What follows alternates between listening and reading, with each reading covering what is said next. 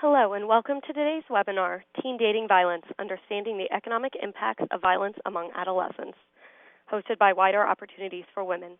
My name is Mallory Dusenberry, and I am the Project Associate for the Economic Security for Survivors Project here at WOW, and I will be moderating today's discussion. Before we begin, I would like to do a little housekeeping. Your lines have been muted to ensure that background noise does not interfere with the presentation today. If you have questions or technical problems, please use the meeting chat box located in the bottom left corner of your screen to contact the WOW administrator. Following the presentation, you will be able to unmute your phone to ask questions.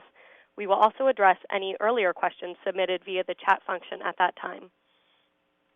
For those of you who are not familiar with us, Wider Opportunities for Women is a national research, advocacy, and technical assistance organization located in Washington, D.C. Our mission is to build pathways to economic security, independence, and equality of opportunity for women, families, and elders. WOW promotes policies and practices that increase job quality, improve gender equity, and empower women economically. As part of these efforts, WOW's Economic Security for Survivors project provides training and technical assistance to actors across all of the states on how to address the economic consequences of intimate partner violence, sexual assault, and stalking, so that survivors can be safe, independent, and recover from abuse.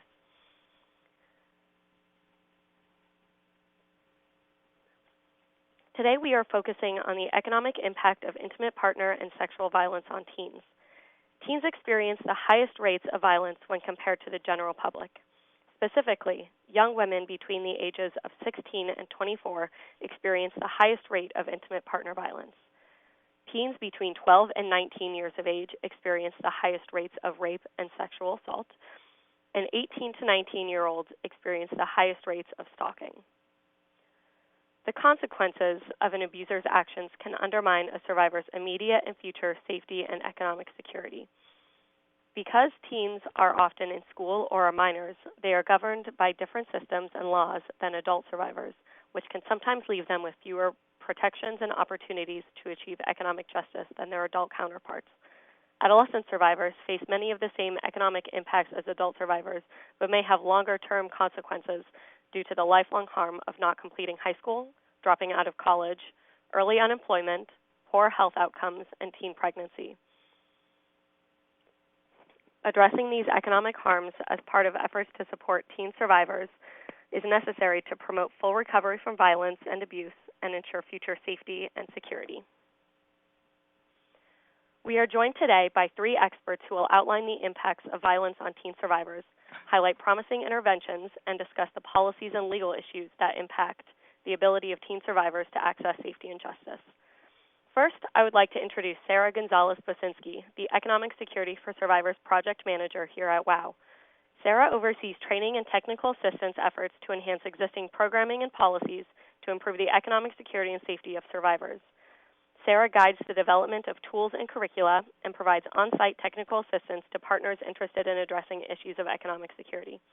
Prior to this work, Sarah supported WOW's DC area direct service and policy advocacy programs. She was responsible for expansion of the DC Family Economic Security Project and provided DC area youth and adults with career and financial literacy programs and job readiness. Next, I would like to welcome Casey Corcoran, Program Director with the Children's Program at Futures Without Violence. Before coming to Futures Without Violence, he worked at the Boston Public Health Commission as the Director of the Start Strong, Building Healthy Teen Relationship Initiative.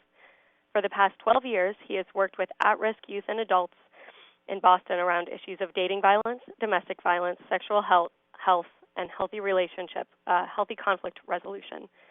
Casey taught elementary school in Washington, D.C. as part of the Teach for America program and received his MAT from Trinity College. He is also a certified batterer dating violence intervention counselor. And finally, I am pleased to introduce Layla Lee, Legal Services Manager with Break the Cycle. Layla oversees Break the Cycle's Legal Services Program, providing direct, holistic legal services to young survivors of dating violence, sexual assault, and stalking. Layla is responsible for collaborating with community partners to provide a coordinated response to abuse and to develop effective prevention strategies. Prior to joining Break the Cycle, Layla worked at Maryland Legal Aid, where she represented clients in contested domestic relations and domestic violence cases in 3 counties. She also served as co-chair of the Family Law Task Force. Thank all three of you for joining us today. I would now like to turn the conversation over to Sarah, who will discuss the economic impacts of intimate partner and sexual violence on teen survivors. Hi, Mallory. Thanks for having me participate today. Can you all hear me okay? Sure can. Okay, great. So thank you all for joining us and listening to this important discussion. When we think of the impacts of intimate partner or sexual violence, we often think of the physical and emotional effects of abuse. Service providers, communities, and the justice system respond to these aspects of violence by promoting survivor safety, physical health, and mental well-being. However, these economic impacts of abuse, while not always recognized or addressed, also threaten the safety and well-being of survivors. These impacts can include job loss or lost wages as a result of interference from the abuser at work or from time off needed to recover from abuse, or even time off to participate in criminal or civil justice proceedings. Unfinished education or training due to missed classes or need to relocate. Eviction and damaged tenant history because of law enforcement involvement at the home, debt from healthcare, relocation costs, or replacing damaged property, additionally damaged credit from abusers trying to financially cripple the survivor, all of which can create dependency on the abuser to provide for their basic needs.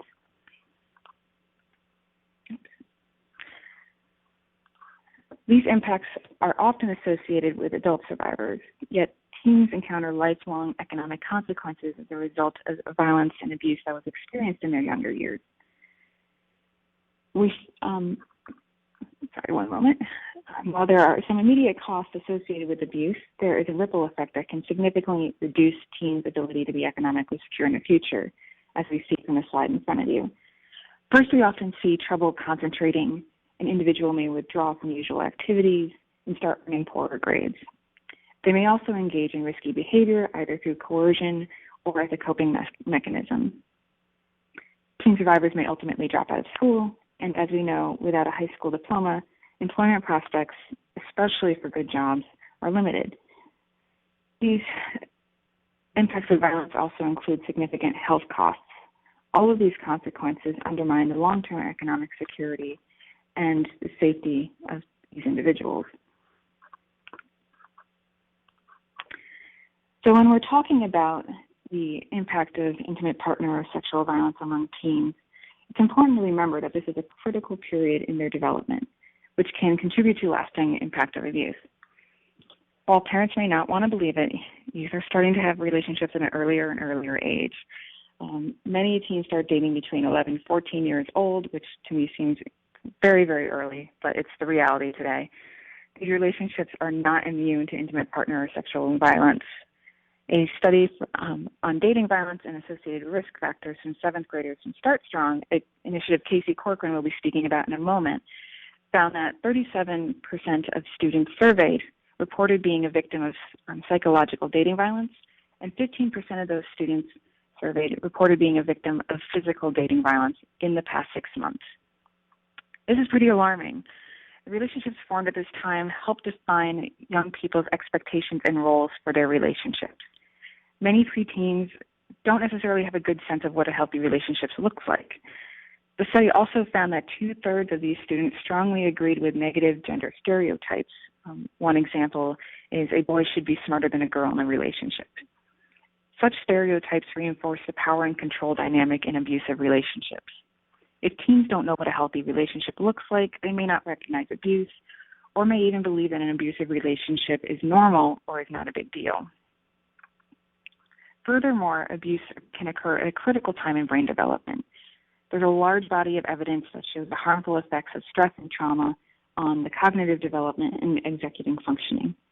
Prolonged exposure to violence and stress can permanently impair this future behavior and their ability to plan ahead, risk and reward ways, and dealing with self-regulation, all things that are important for young people to develop so they can be successful as adults.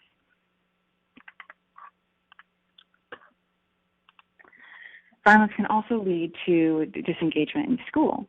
A 2001 survey of 11th graders asked them how their behavior or actions changed in response to abuse or harassment that they had experienced. Some of the most common responses include skipping or avoiding school, having difficulty focusing on class or on homework, and earning lower grades. I think I actually went past that slide for you all. Oh, there we go. Sorry about that. The survey also found that girls were more likely to have these kind of impacts than boys, and certainly at a more significant level. While we don't have a lot of data on this, service providers are seeing these effects. In the last month, Break the Cycle had mentioned that they were working with 2 teen clients who either stayed home from school because they were feeling unsafe. Another student was suspended for acting out following abuse. So it's not uncommon for victims to get punished as a result of their violence against them. Recently, a teenage girl in Texas was expelled for reporting a rape at her school. The school then, of course, accused her of public lewdness. Many of you have probably heard this story. As a result, she and the accused student was sent to a special school where she interacted with him every day. So unfortunately, this is a reality that many teens are facing. So becoming withdrawn, particularly in middle school, increases the likelihood that a student will drop out. A longitudinal study, I think my slides got reversed there, I'm sorry. A longitudinal study that looked at 13,000 students between the years of 1996 and 2004 found that poor attendance, misbehavior, failing classes are key indicators as to whether a student will complete high school or not. These indicators were able to report 60% of the time if the student was able to drop out. So the bottom line here is academic achievement suffers and progress can be significantly stalled.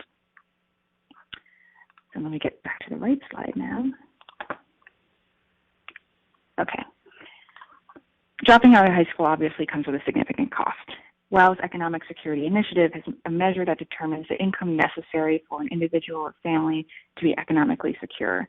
When we say economic security, we're really meaning the ability to not only pay for one's basic expenses, but being able to save a little for emergencies and retirement, not just living paycheck to paycheck, more security than that. So this measure is known as the Basic Economic Security Tables, and the measure was used to analyze one's level of economic security by their educational attainment. This modeling, as you can see, found that 81% of individuals without a high school diploma lacked economic security. That's a pretty significant number. They're not all that much better for those who have a high school diploma or GED. As you can see, greater level of educational attainment, greater level of economic security. Nothing too surprising. So one thing we do know is, from analysis from census data, is that the average average individual with a high school diploma earns approximately $18,000 a year. As you can see, there's also a significant gender wage gap here, leaving women more vulnerable to insecurity. So while this amount is still higher than the poverty level for a single adult, to put this into perspective, rent for a one-bedroom apartment here in Washington, D.C. is $1,000 a month, $12,000 a year. So high school completion and post-secondary education or training truly does expand one's opportunities to find a job that pays a decent wage or offers benefits that allow for better levels of economic security in the future. So we've just been spending some time talking about how lower educational attainment can impact one's future employment opportunities and earnings. So are there ways in which abuse directly affects employment? You may be thinking, aren't we talking about teens here? Are their part-time jobs really that important? The research says yes. Teens who develop important time management skills and leadership skills, and because of those additional years in the labor market prior to graduating high school, youth employment can have a positive impact on future earnings. This time allows them to get ahead of their peers. Teens who are working may experience some of the same effects of violence on employment similar to their adult counterparts, unfortunately. While there's no real great data out there on the impacts of abuse on youth employment, we do know that survivors lose more than a week of wages a year thanks to the actions of abusers.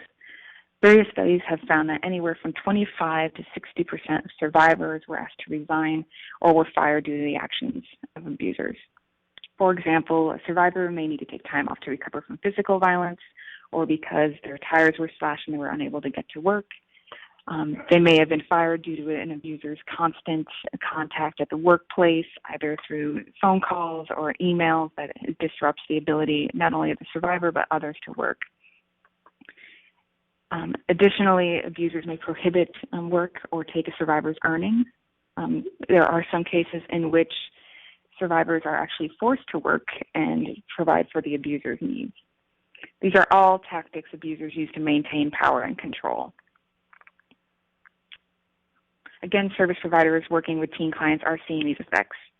In preparing for this webinar, Break the Cycle shared that they recently were working with at least three clients, who were fired either for missing too much work, for court or other appointments, or because their job performance suffered after abuse. There are, of course, also health consequences and costs. The psychological effects make it difficult for individuals to participate in their usual activities at school or at work. Teens may engage in high-risk behavior, such as alcohol or drug abuse. This may be partly due to abuse from pressure from abusers, as well as using drugs or alcohol to cope with violence. Furthermore, abusers may coerce victims into sexual activity, resulting in it contracting an STI or becoming pregnant. These health costs are high, especially if the survivor does not have access to health insurance or delays care out of the fear that their parents will find out about abuse. So the last slide I have here just shows some of those costs. A study from the Pennsylvania Coalition Against Rape found that rape victims can incur $5,100 in immediate costs. However, other studies looking across the lifetime saw that those costs can be as high as $145,000. These are huge amounts of dollars we're talking about here that can really undermine the ability not only of someone's ability to be economically secure, but also their safety if they don't have the resources to access the support services they need. So there are severe economic consequences of abuse, and unfortunately teen survivors are not immune to them. In fact, many of them may experience more significant lifelong economic impacts because of interrupted education, loss of early employment opportunities, or poorer health as a result of early risk-taking. So it's important that programs and policies seek to prevent and mitigate these impacts to ensure the safety and future economic security of teen survivors. And I believe my colleagues, Casey Corcoran and Layla Lee, will be talking about that further. I'll pass this back to Mallory now. Thank you. Great. Thank you very much, Sarah, for sharing that very important research. I'm now going to turn it over to Casey to discuss promising practices for prevention. Casey? Hello, everybody. My name is Casey Corcoran, and I'm a program director at Futures Without Violence. I'm based out of our Boston office, and I appreciate everybody being on this webinar. And I always like to acknowledge how strange webinars can be, because I can see your names, and I know you are all doing amazing work in your communities. So thank you for that. And so I'm here. I'm the prevention guy, and I'm going to be talking a little bit about some promising programs, particularly about Start Strong, because it has been one of the most robust teen dating violence prevention efforts, really as long as I've been doing it. And we know we have to address this, as Sarah has laid out. Teen dating violence has a huge impact on teens' lives, financially and otherwise, so we know we need to do something about it. And I would argue that we need to have really good prevention in place. That's a way we're going to really get upstream on this issue, so that we can get at the roots of this and we can get it early, so that we're preventing rather than doing just intervention. Both are important, but we need to do more than just intervention. And there are lots and lots of promising programs out there now. The Internet has been wonderful for being able to share resources and ideas and innovative practices that are going on in communities. I won't address all of those today. I will address Start Strong, and I believe it captures a number of those promising practices that are going on in communities throughout the U.S. And one thing we really learned from Start Strong is that we need to talk early to young people about this. Once they're in these relationships, there's already been a lot of negative impacts, so we need to start early, and I think, as Sarah mentioned, there's a study that was part of Start Strong, and one that looked at and this is one that looked at sixth graders and asked them what percentage of them were were in or had been in a romantic relationship, and over 50% identified as having been in or being in a romantic relationship, however they define that. So that tells us the age. They're thinking about it. We may not be thinking they're thinking about it, but they are definitely thinking about the relationships that they're having. And I would also say, please do type in any questions you have in the meeting chat, and we'll look at those as we go. But if you do have questions or comments. So, Futures Without Violence and the Boston Public Health Commission, where I was the director of the Start Strong initiative, as well as the Robert Wood Johnson Foundation, believe that public health, are public health entities that believe that prevention is the best medicine, that is where we need to focus resources. Not all of our resources, but it's a really integral place for focusing our resources so that we can prevent the problems before they happen. And many people are probably familiar with this, but a model that a lot of folks in public health work from is called the socio-ecological model. So it's just the idea that whenever we're trying to get at a serious problem like teen dating violence prevention, that a lot of times we're thinking about individuals, but we need to think about individuals and their relationships. But we need to think about them at different levels, about how it affects them individually, about how that young person is nested within their relationships, their communities, their families, their social networks, and how they're nested within organizations and communities, and then policies that you'll be hearing more about from our colleagues at Break the Cycle, policies that affect the impact that dating violence has on them or prevention activities have on them, and that doing good work around this issue means not that we all individually have to be doing each of these levels all the time, but we need to be thinking about this problem in a tiered way, and we need to be, if we're not working on these different levels, we need to be coordinating with people who are, because it's going to take all these different levels of the socio-ecological model to really have long-lasting and permanent impacts on the reduction of dating violence among teens. And another thing that I would put out there is that in public health, we often, I think people are probably pretty familiar in thinking about different levels of prevention, and probably the terms that you're most familiar with are thinking about as primary, secondary, or tertiary, which are most commonly used in medical settings. In a public health setting, new terms have been emerging and are being used, and those look at the population level of intervention that we're working at. And those are universal interventions, approaches aimed at groups or the general population or public or a school, say.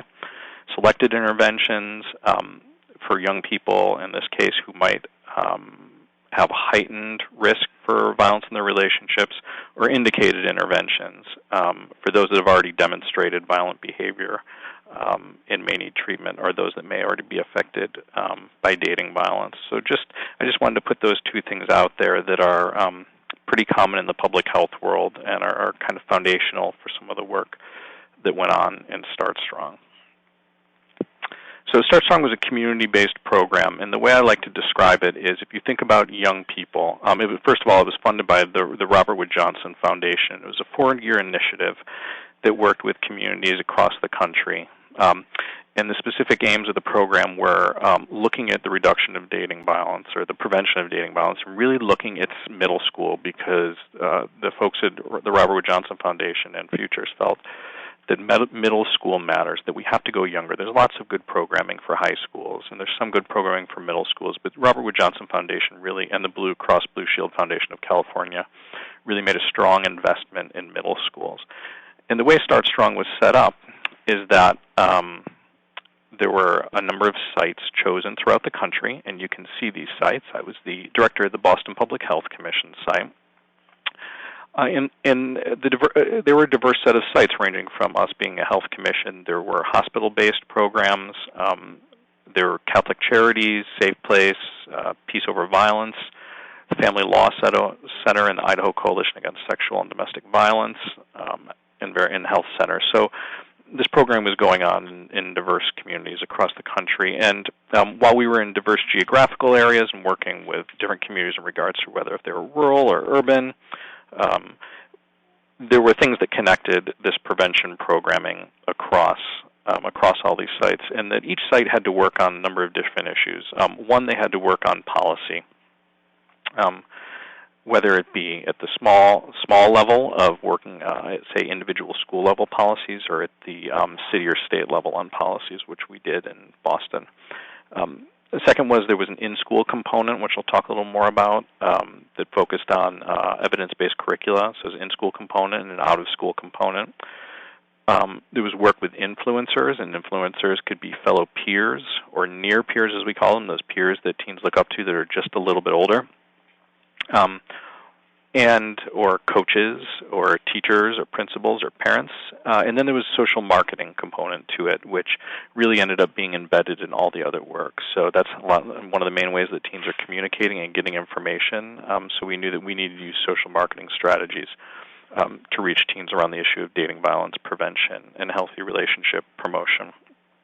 And again, these were the various sites across the country that all did really amazing work. And there's a great, if you Google Start Strong Initiative, you will come upon a really great site that captures some of the work and innovations that went on throughout the country.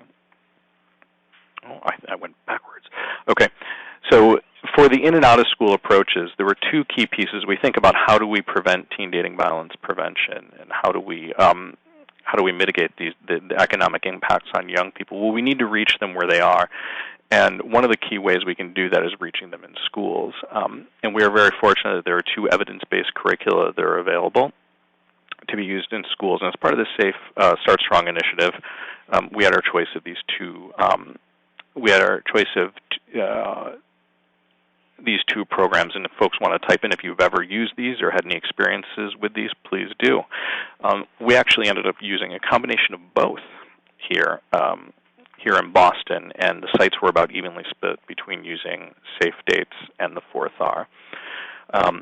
Safe Dates comes out of North Carolina. It's 10 weeks and has a very strong evidence-based and was evaluated as part of the Start Strong initiative. 4th R comes out of Canada, and the 4th R, if folks hadn't guessed, stands for relationships, so reading, writing, arithmetic, and relationships. It's really the second R, but it's called the 4th R. Key differences between the two are that Safe Dates is, as I said, 10 weeks, and the 4th R is 21 weeks. So it's a much longer curriculum, and at times can be challenging to fit into schools that may have our 10 or 15-week grading period where the students switch out after that. 4th R also focuses not just on dating violence prevention, healthy relationship promotion, but on drug and alcohol use and abuse and sexual health, because these three issues so often go together, as we see in things like reproductive coercion, things like birth control sabotage, and in the use of drugs or alcohol as a way of victimizing somebody. So these are the two curricula that Start Strong sites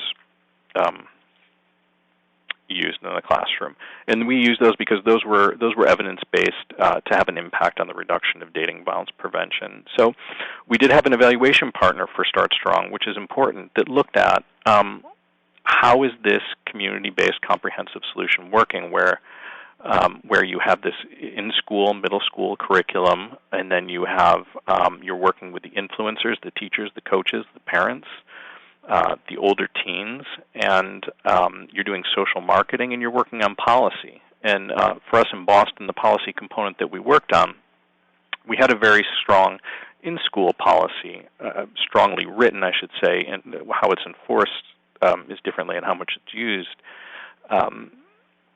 can be different. But we worked, there was bullying legislation that was being passed in Massachusetts a few years ago, and it had a pretty high likelihood of going through.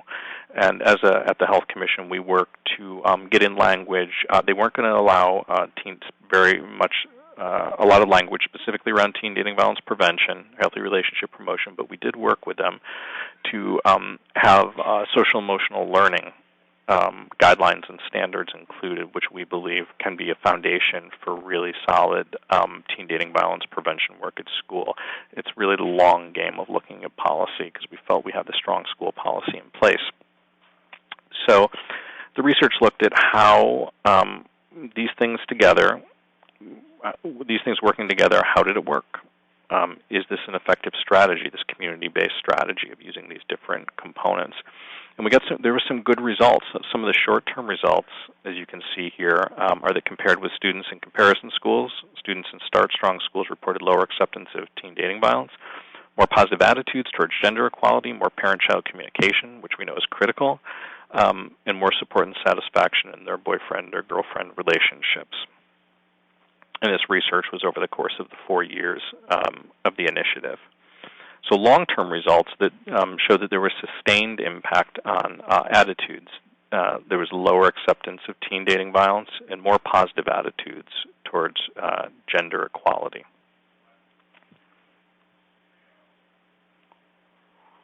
For the higher risk students, these are students with prior dating violence experiences. It showed more positive results on some outcomes than students who did not report dating violence, victimization, or perpetration. And at least in one of the follow-up waves, and there are a couple follow-up waves, the high-risk students reported less perpetration of bullying, more positive school climate, more positive attitudes towards gender equality, and more parent-child communication.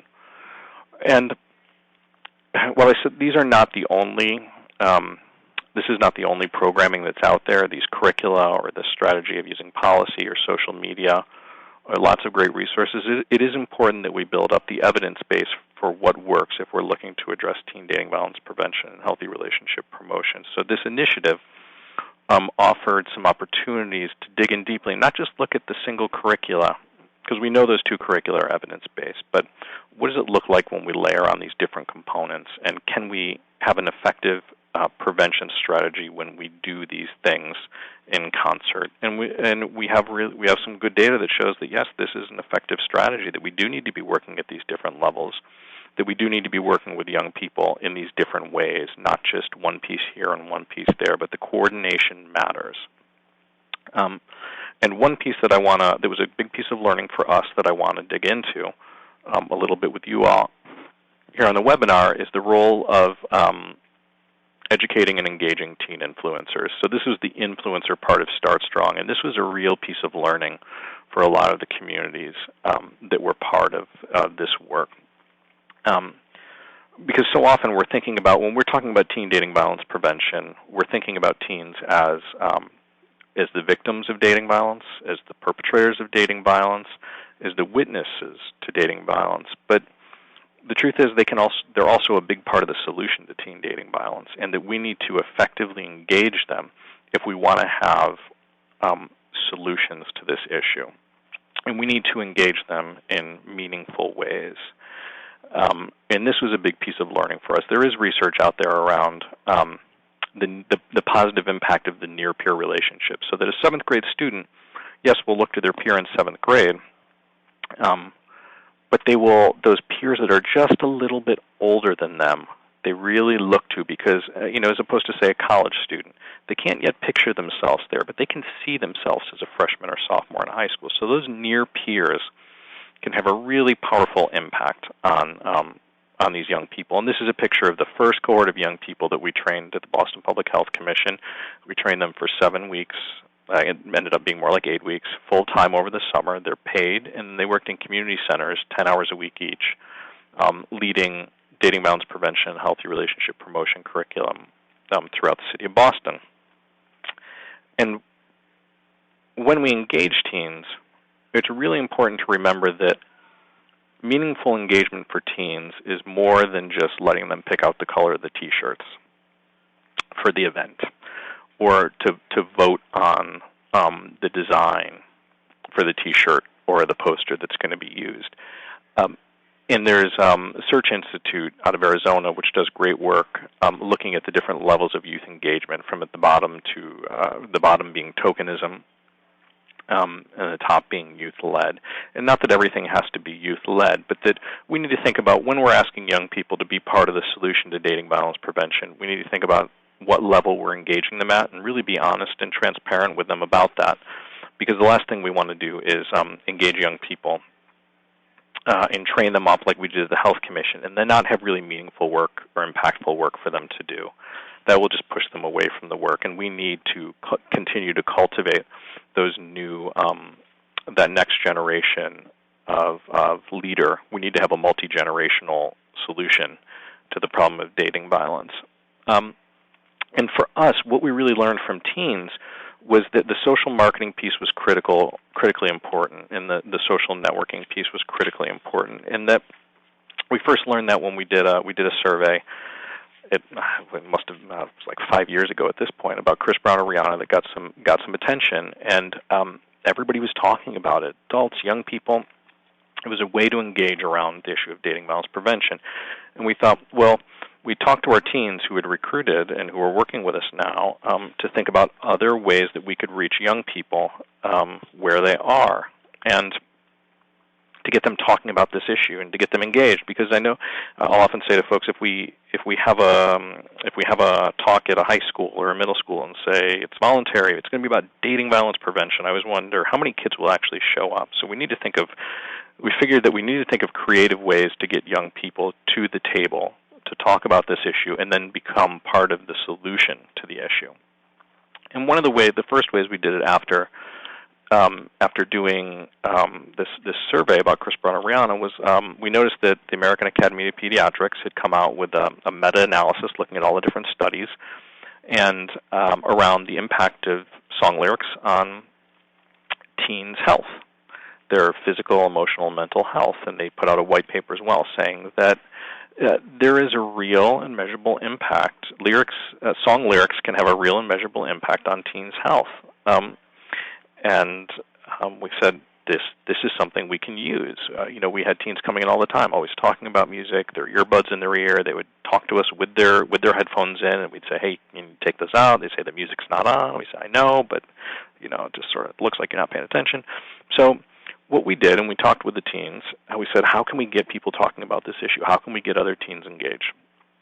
So what we did was we looked at the Billboard Hot 100 charts for the year and pulled out the songs, went through all the songs and scored the songs from January through December for the relationship ingredients that were included, and created a tool with the teens to do this. And the tool looks like your common food label, and it's a tool that teens know and are comfortable with, and made sense to them. And they thought it would work because just like the way that the food you eat impacts your health, the media you consume and the media you put in your body affects your health as well. So these teens went through and scored song lyrics, hundreds and hundreds of songs for that first year, and scored them using this tool that they had created. They scored in pairs. If their scores fell outside of a certain range, they did. A third person was brought in and did consensus coding. So this was a wonderful strategy to get our teens engaged, but it was also a great strategy for getting other teens engaged when they went out into the communities to do the work, to get other teens involved in this movement to end dating violence.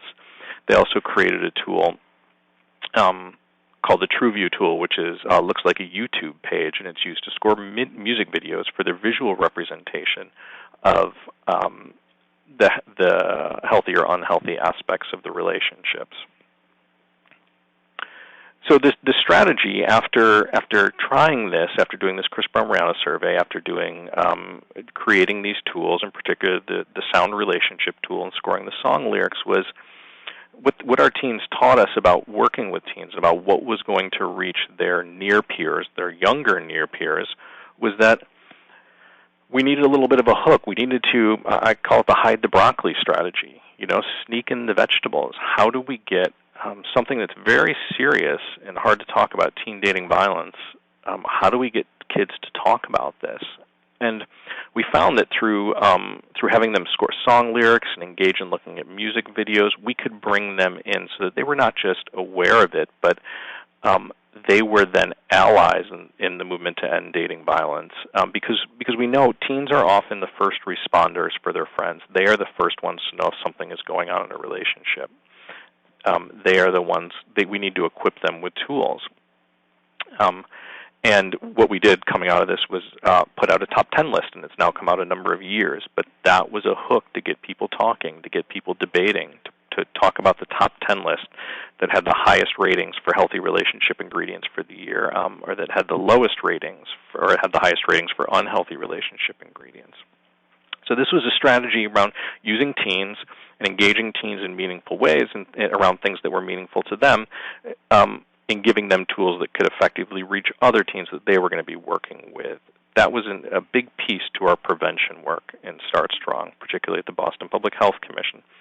Another piece that we did that we found effective, where the teens were talking about how much their friends were, how much drama was going on around breakups.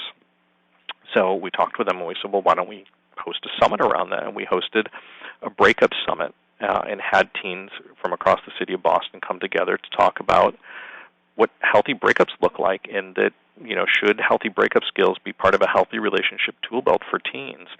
And we had about 300 young people sign up and show up, and we had over 200 people on the waiting list. And I think about the difference if we had called it Teen Dating Violence Prevention Summit and had them come out on the weekend, if we would have had a lot fewer. And I think probably, and if we didn't have the teens leading the effort to market it.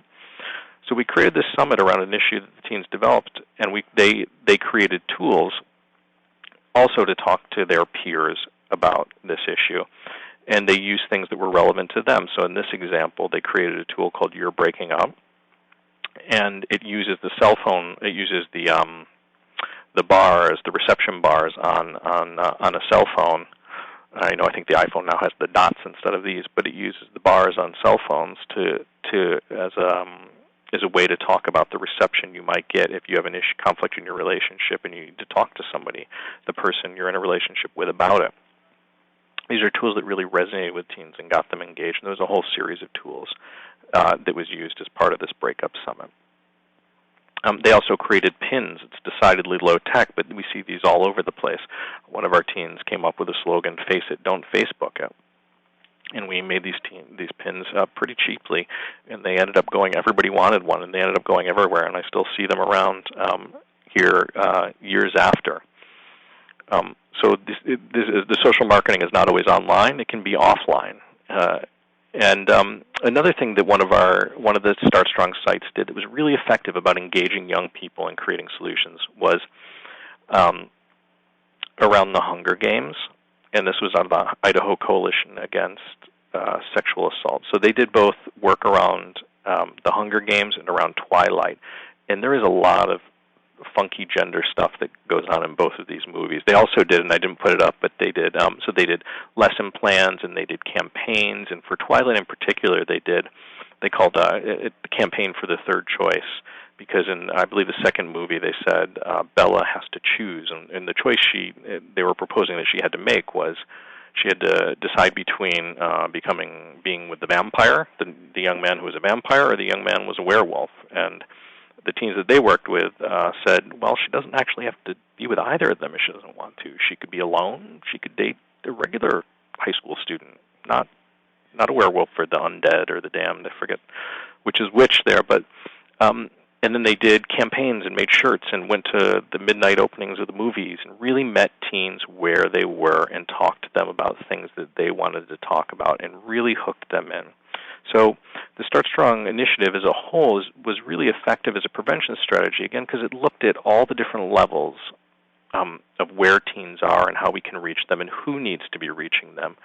But one of the biggest pieces of learning was we also need to engage young people in these prevention efforts. When we're talking about the economic impacts of dating violence, we need to be talking to them about that too. They need to understand. They know.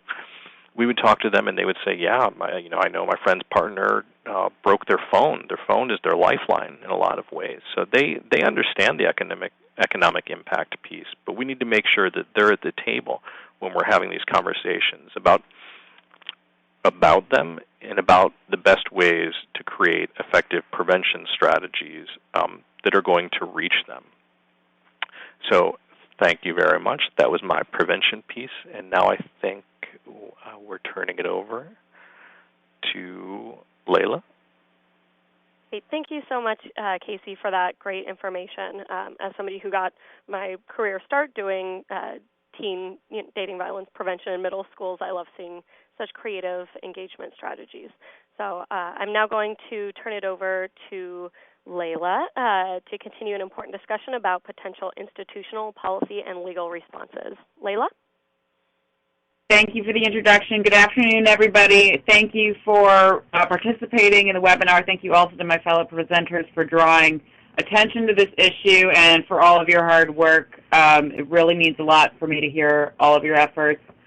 So, yes, I'm going to talk to you about some of the policy and legal protections that pertain to young people. And we are going to start off with a little overview here. We're going to talk about some of the laws that aim to protect the education and future economic security of young survivors, including Title IX, the Clery Act, and specifically the Federal Campus Sexual Assault Victims Bill of Rights, and the brand new Campus Sexual Violence Elimination Act, which is also being called the SAVE Act. I will try to spare you some legalese, but it's a professional hazard, so stay with me a little bit. So Title IX of the Educational Amendments of 1972, I've got the sites there for anybody who's interested in actually looking at the text of the statute and the regs themselves. It, in summary, bars discrimination on the basis of sex in educational institutions that receive federal funding. So it's interesting to note to me that Title IX itself represents an intersectionality between protection from violence on the basis of sex and economic justice. But in this case, Title IX was drafted to protect against educational economic harms based on sex and has been interpreted over time to include sexual violence as having a direct impact on access to education and economic benefits. So the question is, does Title IX, does that discrimination extend to sexual harassment or sexual violence of students? And in a quick word, yes, it does. So while Title IX applies to all aspects of federally funded education programs or activities, in addition to educational institutions like colleges and universities, it also applies to any programs that receive federal funding. So that could be something that's happening at a community center somewhere, but is funded through the Department of Education. That would be also subject to Title IX.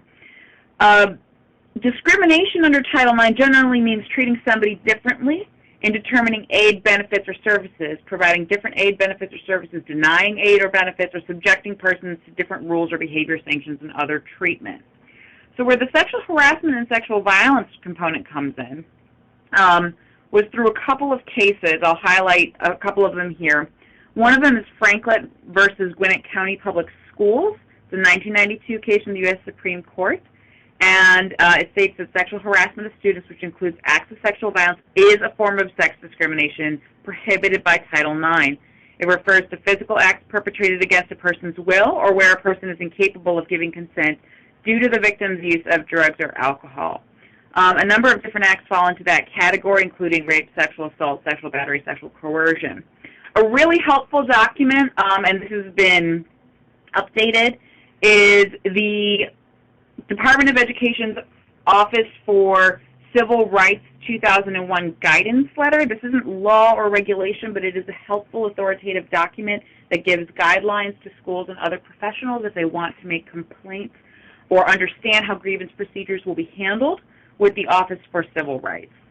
But that letter states that when a student sexually harasses another student, so it's not just when an administrator or a teacher sexually harasses a student, when a student sexually harasses another student, the harassing conduct creates a hostile environment. And if the conduct is sufficiently serious that it interferes with or limits a student's ability to participate in or benefit from the school's, it's a hostile environment if it's sufficiently serious that it interferes with or limits a student's ability to participate in or benefit from the school's program. The more severe the conduct, the less need there is to show a repetitive series of incidents. So a single act of rape could be sufficient to create a hostile environment. So what does Title IX require the recipient of funds to do to comply? Well, there are three components. There's prevention, intervention, and administration. So the prevention component is that every school must have and publish a policy that states that it does not discriminate on the basis of sex, and the policy must state that inquiries concerning Title IX may be addressed to the Department of Education's Office for Civil Rights. That's what I just talked about in the previous slide.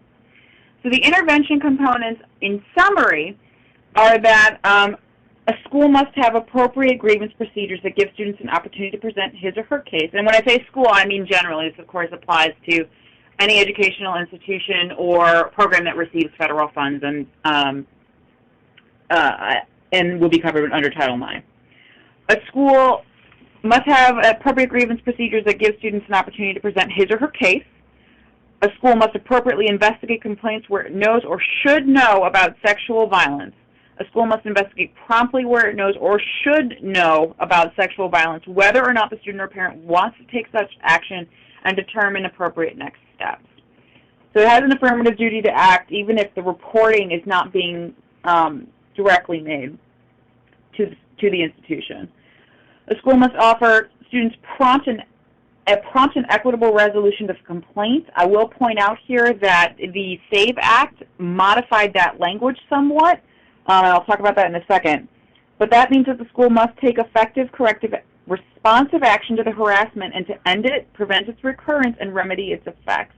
The school must also notify the student of the time frame of the complaint, the burden of proof, which is preponderance of the evidence, which I like to talk about as, for the non-lawyers, it's yeah, probably, in legal terms. It's a legal yeah, probably. It's more likely than not that this happened. So it doesn't have to reach beyond a criminal doubt or even clear and convincing evidence.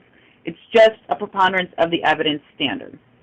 And the outcome of the case and information about the sanction, if the sanction relates to the complainant, like in the case of a no-contact agreement or a stay-away order of some sort or agreement that the institution would issue that would bind the abuser. The fourth thing is that Title IX permits the use of student disciplinary procedures to investigate as long as Title IX requirements are met. So it doesn't have to be a separate arbitration procedure. However, it's really important to point out that even if a report has been made to the police and local law enforcement is investigating, that does not relieve the educational institution of their duties under Title IX. And a police finding is not determinative of the findings that the educational institution needs to make. The administrative component is basically that each school has to have a Title IX coordinator who is responsible for compliance and reporting. So we're moving on now to the Clery Act. This is another important piece of legislation that protects the economic security and educational well-being of young survivors, but this particularly applies to college campuses. The next two pieces that I'm going to talk about particularly apply to college and universities. The Clery Act, and I've got the sites there again for anybody who wants to look at the text, is the Jean Clary Disclosure of Campus Security Policy and Campus Crime Statistics Act. Used to be called the Campus Security Policy and Crime Statistics Act until about 1998. But the part that we're focusing on here is the Federal Campus Sexual Assault Victims Bill of Rights. So the Clery Act requires universities and colleges to report 3 years of crime statistics, have a public crime log that documents the nature, date, and time of all crimes and the disposition of those crimes. They have to disclose crime statistics that occur on campus, not just around campus. And those particular crimes are criminal homicide, sex offenses, including forcible and non-forcible sex offenses, robbery, aggravated assault, burglary, motor vehicle theft, arson, hate crimes. So you see how several of those crimes do encompass many of the types of dating violence that we previously talked about. But it's important to also note that as of March 7th, under VAWA's reauthorization, which has a component in Section 304, which is the Campus Sexual Violence Elimination Act, a college or university must also report domestic violence and dating violence. I think it's also stalking to be compliant with the Clery Act.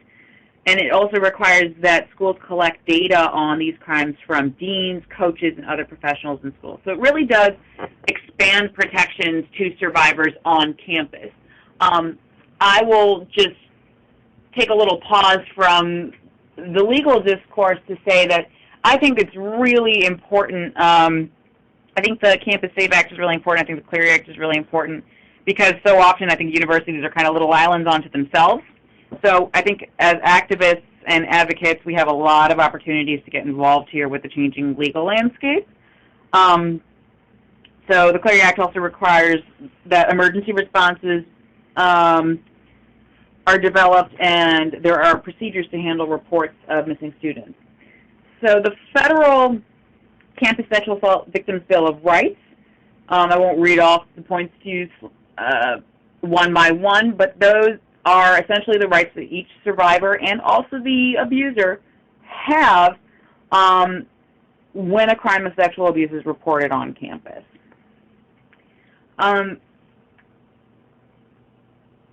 Important to note that schools that have been found to violate this law can be fined up to $35,000 or lose their eligibility to participate in federal student aid programs.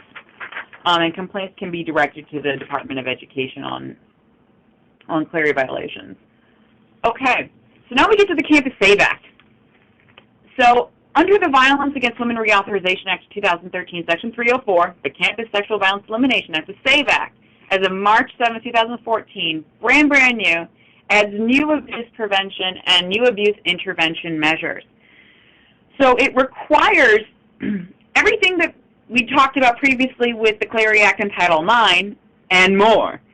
So what it requires is that schools, universities, colleges have affirmative training programs for their professionals, okay, and the training programs must include a statement that the institution prohibits those offenses, so dating, violence, stalking, sexual assault, the definition of those offenses in the applicable jurisdiction, the definition of consent with reference to sexual offenses in the applicable jurisdiction, safe and positive options for bystander intervention, and that an individual may take to prevent harm or to intervene in risky situations like dating violence.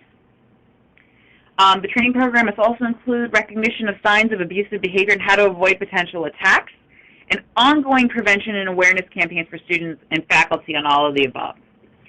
So I think that's pretty exciting. The intervention component is very similar to the obligations under the Clery Act, but there is more. So students must be notified of the option to or not to notify and seek assistance from law enforcement and campus authorities. Really important, because I think sometimes in schools we see that students are encouraged to use their disciplinary procedures, are not made aware of the laws that apply to them, probably aren't from the jurisdiction or may not be from the jurisdiction where the offense has taken place, and don't know what their rights are. So now there is an affirmative duty in the intervention to inform them fully of their rights. They have to be informed of the school's institutional responsibilities and their options regarding no contact orders, restraining and protection orders. They have to be notified of the importance of preserving evidence for court. And yes, that is very, very important. They have to notify the students of the standards of evidence they're looking for. The disciplinary procedures have to be conducted on campus by persons who are annually trained on sexual violence, which is huge, because if you don't have an arbiter who knows what they're talking about, it's very hard to get a fair and just result. Before, in the Clery Act, there was a prompt and equitable resolution. Now the SAVE Act requires a prompt, fair, and impartial resolution, so it fleshes it out a little bit more. And the notice requirement is also fleshed out a little bit more. Before it said both parties have to be notified of the resolution. Now it specifically says that both parties have to be simultaneously informed of the resolution, their right to appeal, and when the results become final. So as I said before, I think this is really exciting for advocates because it gives us lots of opportunities to get involved on colleges and universities to train, to provide technical assistance to help schools become compliant with the SAVE Act. So now I'm going to turn to not federal statutes. Even where a school handles cases appropriately, sometimes the survivor will want extra protection from their abuser. And the Campus SAVE Act does require that they be informed of those extra protections. And of course, not everybody goes to college or university, so what are some of the options that a student might have in addition to just calling the police?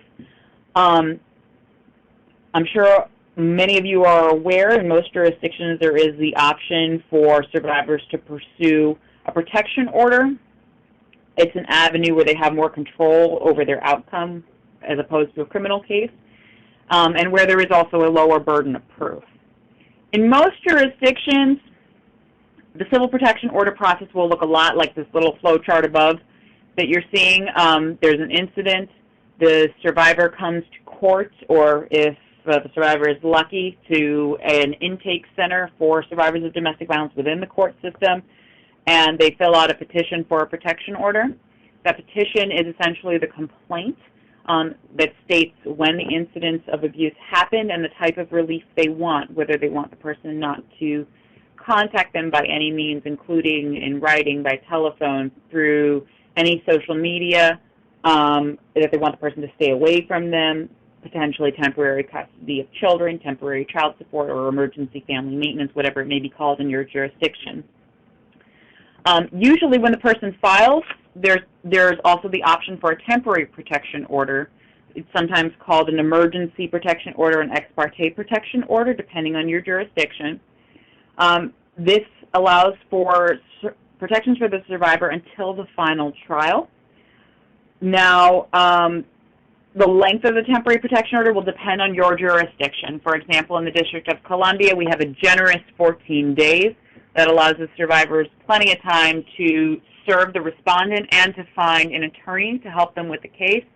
Having practiced in jurisdictions with shorter periods of time, such as Maryland, where the temporary protection order lasts 7 days, it can be harder. California's emergency protection order is also only 7 days. So I'm going to try not to bore you guys with service of process. Basically, that just means that the person on the other side of the case has to get a copy of all the papers. Oftentimes, the police or the local sheriff's department can assist with that. This is modeled on D.C., and the police here are pretty good at doing that.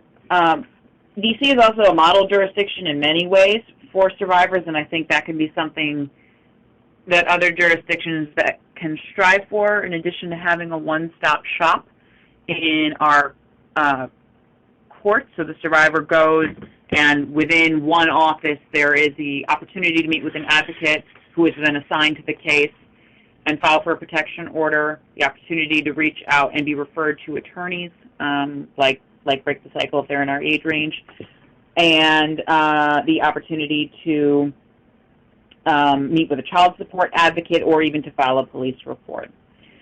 In between the temporary protection order process and the final trial in D.C., the clerk's office will cross-reference the domestic violence cases with open custody matters and any related criminal domestic violence cases. We really find that the cross-referencing helps to avoid court fatigue. So a lot of times, if people have to come back to court time and time and time again, it wears them out and makes them less likely to want to see the case to its conclusion. Cross-referencing the cases reduces the number of court appearances and the number of times that somebody has to testify. In D.C., we also have the option of trailing a criminal case. So that means if there's a related criminal matter with the same incidences that are in the protection order petition, we can ask that our case wait until the outcome of the criminal trial so that our client or the survivor can make a more informed choice about what remedies they really need in the civil protection order. So I think that's pretty great. So we're going to turn now to some of the obstacles, and we talked about this before. We talked about, I think, almost all of these before in this presentation, but I think the bottom three are most germane to what we're talking about here today. Break the Cycle strongly believes that youth and young adult victims of domestic violence should be able to access the same protections and assistance as adults. We believe that young victims should have access to the legal system and sensitive services needed for safety, and we believe that state law should explicitly define the rights and responsibilities of minors. We believe that all teens ages 12 and up should have the right to petition for protection on their own behalf without parental involvement, and that domestic violence protection orders should be available against minor abusers. Unfortunately, teens face overwhelming obstacles to getting help, which we talked about before, including access to basic securities like money, shelter, transportation. and exacerbating those barriers are widespread statutory restrictions that exist because relatively few states recognize teens as victims of domestic abuse through several legal barriers. For example, in certain jurisdictions such as, and if I'm calling out your state, I'm using somewhat dated research. This is from 2010, so we're updating all of this in the next couple months. We're going to release our reports. In Alabama and Georgia, someone in a dating relationship is not eligible to apply because dating relationships are not recognized as a basis for a domestic violence-based protection order, regardless of age. In Montana and North Carolina, a person in a same-sex relationship can't apply for a protection order. In many jurisdictions, in most, in fact, minor petitioners cannot apply for a protection order without involving a parent or guardian unless emancipated. That can be a huge barrier to teens who don't want to lose independence, are embarrassed, are afraid of involving their parents, are afraid of getting in trouble for dating. Many states like Alabama, Alaska, Georgia, Iowa, I'm just naming a few, you have to involve a parent. In South Dakota, there's no law at all that allows a youth to be covered by a domestic violence-based protection order. A guardian or conservator must be appointed at all for a child to ask for civil relief. In other jurisdictions like California, Delaware, and D.C., the rights of minors are pretty well recognized. In California and D.C., minors over the age of 12 can file for a domestic violence protection order. In California, a minor can file on their own behalf, and the order will be sent to their parent or guardian unless it's determined to be not in their best interest. So whenever we're talking about minors, we use best interest language a lot. In D.C., any person over the age of 16 can file without any parental involvement. Between the ages of 12 and 16, they need to have somebody filing with them, like a parent. But I think the ability to file if you're over the age of 16 is crucial without parental involvement because we have discussed today, and the research is very clear, that young women ages 16 to 24 suffer the most from sexual and dating violence. So if you want to see how your state's doing, Break the Cycle regularly produces state law report cards.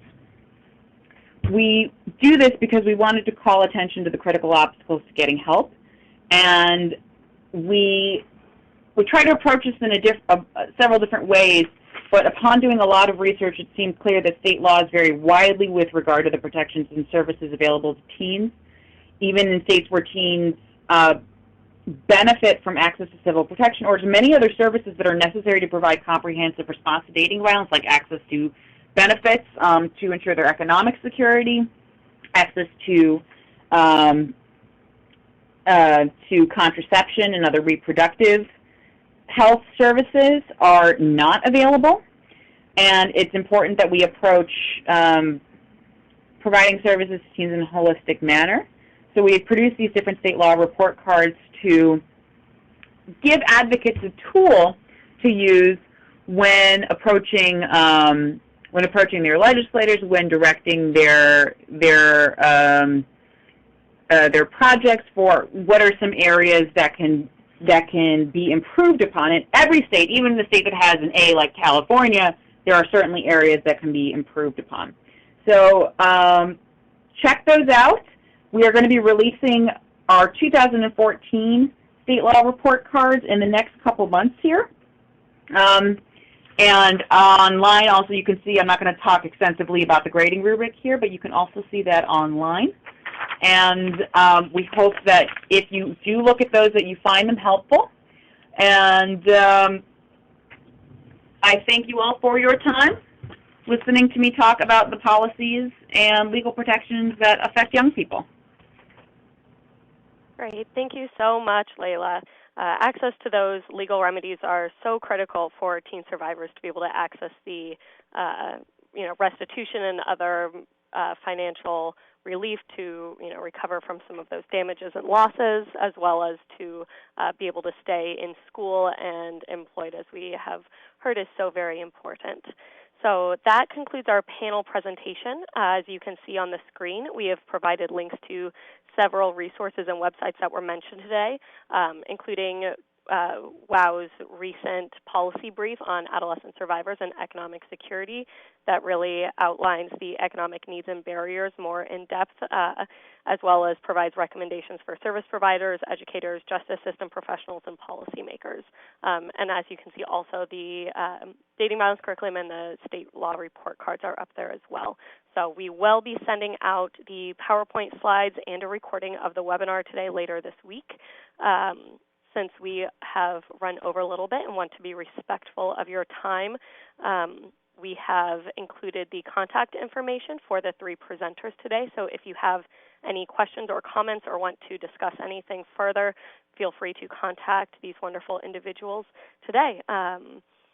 Otherwise, I think we will go ahead and wrap things up. Thank you again to our wonderful presenters for speaking today, and thank you to all of you for attending WOW's webinar on teen dating, violence, and economic security. Have a great afternoon, and goodbye. Thanks. Thanks, Mallory. Thanks, everyone.